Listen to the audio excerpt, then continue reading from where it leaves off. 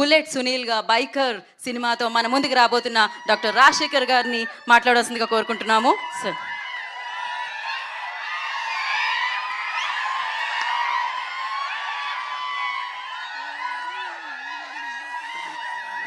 Thank you.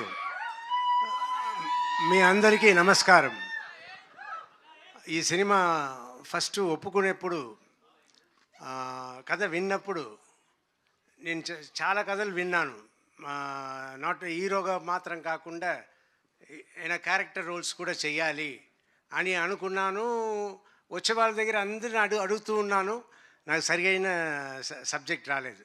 After 2 years 3 years తర్వాత నాకు అభిలాష్ గారు ఈ సబ్జెక్ట్ చెప్పారు. చెప్పగానే నాకు చాలా నచ్చింది.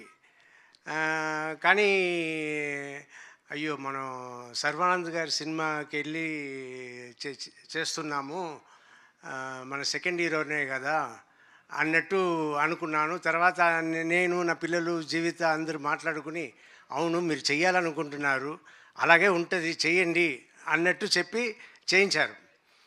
చేయించిన తర్వాత నిన్న మొన్న నేను థియేటర్కి సినిమాకి వెళ్ళినప్పుడు అప్పుడు సార్ ఎప్పుడు సార్ మీ సినిమానే కనపడలేదు, ఎప్పుడో వస్తుంది సార్ అంటే, నెక్స్ట్ బైకర్ వస్తుంది చూడండి నా సినిమా బైకర్ అనగానే, సార్ సర్వానంద్ గారు ఫిల్మ్ కదా సార్ అన్నారు.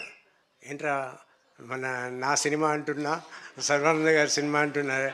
అవునవును సర్వానంద్ గారి సినిమా.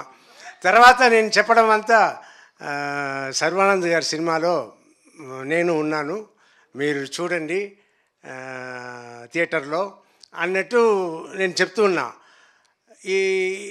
ఇది కొత్తగా ఉన్నా కూడా ఇప్పుడు దిల్ రాజు గారు, బన్నీ వాసు గారు వీళ్ళందరూ మాట్లాడడం చూస్తే నాకు చాలా సంతోషంగా ఉంది. ఒక పక్క అయ్యో సెకండ్ లెవెల్కి వెళ్ళిపోయామే అన్నట్టు అనిపిస్తుంది. కానీ మా అమ్మాయిలు ఒకటే అన్నారు, డాడీ అదంతా ఇంతకు ముందు డాడీ, ఇప్పుడంతా లేదు, అందరూ ఒకటే, సో మీరు సెకండ్ లెవెల్ థర్డ్ లెవెల్తో అనుకోవద్దు అని నా పిల్లలు అన్నారు. సో ఇప్పుడు నేను అడ్జస్ట్ అయిపోయాను. సో నేను మీ అందరికీ రిక్వెస్ట్ చేసేది ఏంటంటే, ఎక్కువ సినిమాలు నన్ను పెట్టుకోండి, మంచి క్యారెక్టర్ తీసుకురండి, I want to do. And Sarva గారి గురించి చెప్పాలి, very sweet person, very respectable person. చాలా అందుకే నేను షూటింగ్ చేస్తున్నప్పుడు కూడా నేను హీరోలాగా వాళ్ళ ట్రీట్మెంట్ కూడా సూపర్ ట్రీట్మెంట్, యూవీ క్రియేషన్స్. నేను ఒక హీరోలాగానే వెళ్ళాను, హీరోలాగానే వచ్చాను, ఆయనను ఒక హీరోలాగానే నన్ను చూసుకున్నారు.